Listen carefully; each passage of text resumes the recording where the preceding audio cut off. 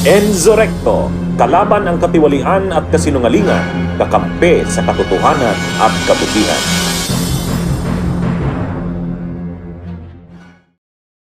Ngayon, ang isa pang bago doon, yung paggamit ng term na disbursing. Napansin ni napansin ni Atty. Ligutan. Kasi sabi ni Gina Acosta, pagkatanggap ko po ng pagka-ingkas ko ng cheque 125 million, dinisburse ko na po ito kay Cornelia Chica. So, ginamit ni Acosta yung term na dinisburse ko na po ito. Dinisburse ko na po ito kay Cornelia Chica. Ay dati, hindi naman disburse ang gamit niya. Ang gamit niya, binigay, transfer. Di ba? Transfer niya kay La Chica.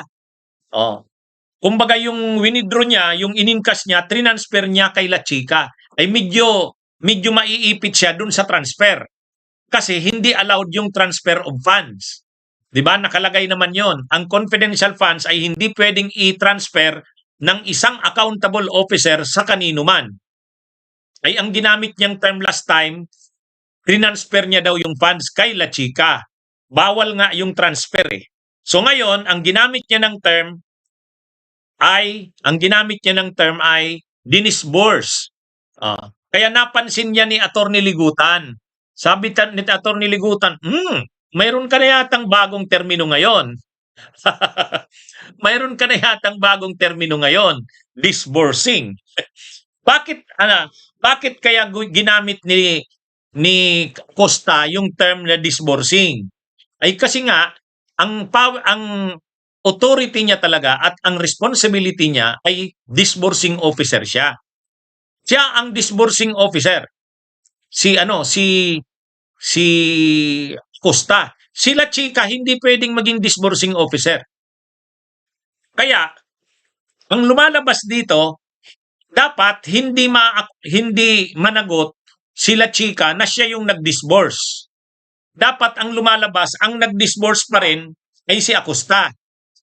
Doon kasi sa dati, yung dati kasing ng testimonya, transfer niya yung pera. Siya ang disbursing officer. Pero ang lumabas, hindi na siya ang nagdi-disburse. Ang nagdi-disburse na sila Chica. Transfer niya kay La Chica. So pagka ganon yung lingwahe, ininkas niya yung cheque, transfer niya kay La Chica, tapos sila Chica na yung nag-disburse sa mga babayaran na recipients. Bawal yon. Bawal yon. Kasi ang disbursing ay siya. Sila Chica hindi pwedeng mag-disburse. At siya rin hindi niya pwedeng i-transfer. Parang kinorek ngayon ng defense eh. Tinuruan na si Acosta. Ang itinuro sa kanya ganito. Ang nag-disburse si Acosta. Dinisburse niya kay La Chica. 125 million dinisburse niya. Sila Chica na ngayon ang nag-implement. Ibig sabihin, hindi sila Chica ang nag-disburse. Ang nag-disburse si Acosta. Dati kasi, si Acosta yung nag-transfer ng funds kay La Chica. Sila Chica na yung nag-disburse. Napansin nyo yung ganung parang kinukure nila yung defect nung nakaraan. Pero, yan mga kabunyog, mga kabayan, na-notice yan ni Atty. Ligutan. Pag sabi ni Acosta, dinisburse ko po yung 125 million kay La Chica. Ngayon, ang sabi ni Atty. Ligutan, disburse. Bagong term yan mukhang may pagbabago sa ako napansin ko rin yan kanina. Ang ibig sabihin yan, kinotes ito. Kinotes. Obvious naman. Obvious na kinotes itong si Gina Acosta. Ang pinapalabas niya, dinisburse niya yung pera kay La Chica, tapos sila Chica na ang nag-implement ng project.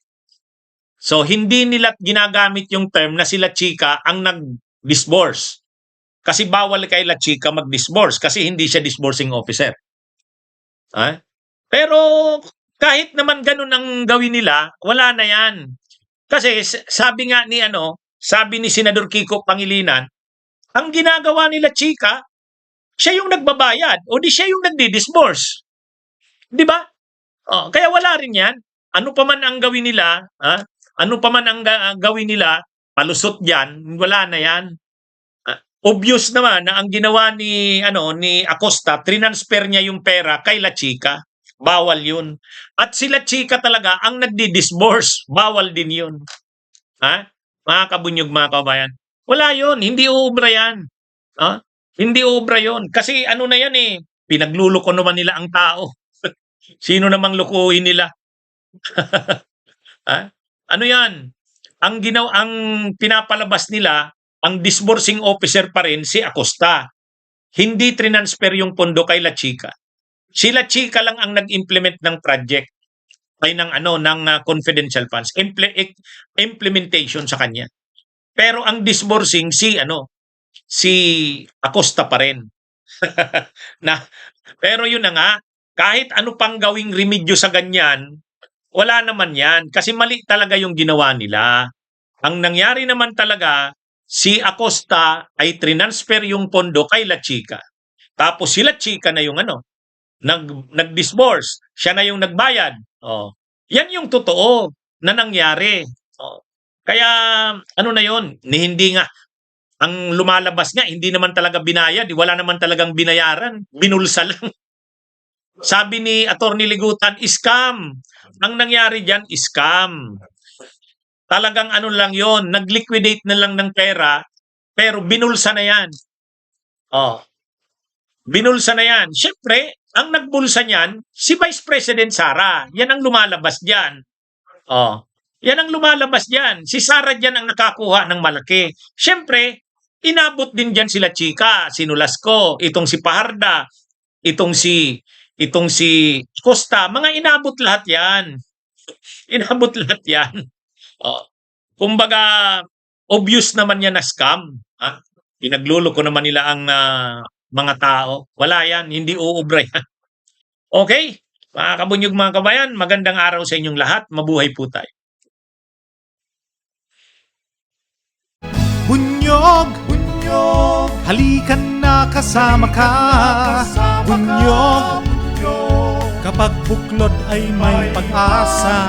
Luzon, Visayas, Mindanao, isa ang pananaw. Sa bagong Pilipinas ang bunyog isisigaw. Bunyog.